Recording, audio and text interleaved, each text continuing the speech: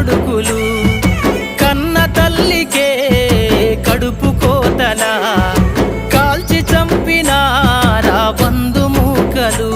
నిన్ను గన్న తల్లి ఆడదన్న మాట మరిసినవు, మరిచి నేడు మానవత్వమిట్ల చంపినవు.